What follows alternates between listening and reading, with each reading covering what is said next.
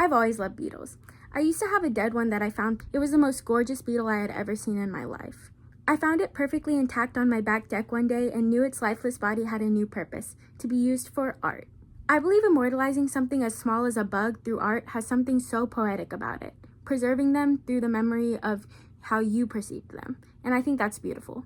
The bug was the most beautiful iridescent green shade, but sadly I lost it in my move in about 2024.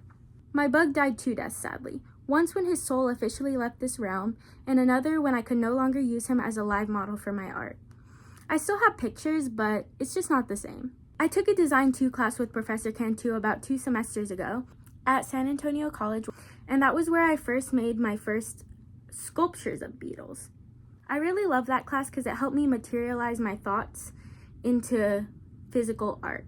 Professor Cantu really helped me with that, and I'm really grateful for him. I created 5 bugs in that class. 2 were beetles made out of cardboard that I covered in fabric, which I will show right here. 2 were beetles that I made out of cardboard that I just used paint because I wanted to show the raw cardboard a little bit, which I will show right here. And 1 was a firefly that I made that I'm super proud of. I'll include a video right here. So that's the vibe that we're going for today. So now that you have some background on why I love bugs and why I'm making beetles, I wanted to dive into what we're going to do today, which is making a cardboard scarab. I want to show how to make these scarabs because although I am selling my variations on my art Instagram, I believe that everyone should be able to enjoy making art. I also feel like every bug will have a different feel depending on the hands that created it, so I'm so excited to see everyone's unique variations. For this project, you will need a photo of a bug that you want to use. I'm using one on my computer today because my printer is out of ink. The second material you will need is lots of cardboard. Next, you'll need a box cutter. I like the Heart brand. You'll need glue. I like to use E6000 since it never comes undone. However, the downside is it takes about 32 hours to dry, so if you don't have that time, then just use hot glue, but I recommend a hot glue stick with Gorilla Glue because that stays the best out of most of what I've tried. The last thing you'll need is decorations. You can use fabric, paint, anything you want. So whatever you think stands out the most and is more your style, you should use. So the first part of the bug making process is drawing out the lines of how you want your bug to look on cardboard.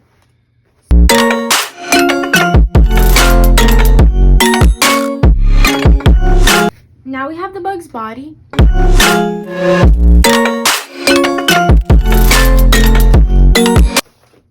So here's the top of the body. Now we have to duplicate it to make the bottom of the body. Now that you have both sides of the body, you don't need to worry about the antenna and legs yet because you're going to add those last. Now let's work on the sides of the body. So for the sides of the body, you're going to need to cut up a bunch of cardboard pieces into strips and then cut those strips into little squares because those little squares are going to be building up the sides of the body. Here I have all of the sides and I'm going to glue them to connect the bottom and the top. So you're going to glue a little bit on the tops, a little bit on the bottoms of the squares, and then you're going to connect the top and bottom. Just wanna be carefree lately, yeah. Now that the sides are finished and the base of the body is all done, we will now make the bug 3-dimensional. So in order to make it look 3D, you want to cut a bunch of strips of cardboard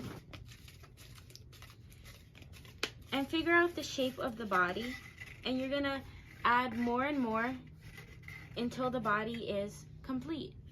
Just picking up daisies, got 1 too many quarters in my pockets, counting like the 4-leaf clovers. So you're just going to keep layering the strips of cardboard over each other in the shape of the beetle until you see your beetle is looking a little more 3D. See from the side?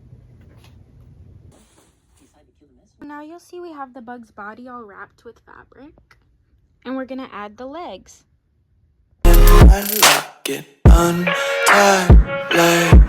You're going to want to cut a hole in the fabric where you want the leg and then place it in there with glue and hold it till it sticks. At this point, your bug should look like this. Now for the final touches. And now you have your beetle. It should look something like this.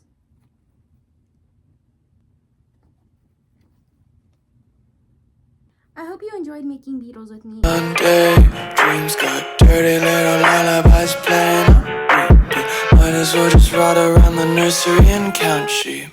I love creating things with my hands, and I think creating such a beautiful piece of nature such as a bug with my own unique twist on it is kind of like creating my own bug universe and creating bugs on the first day.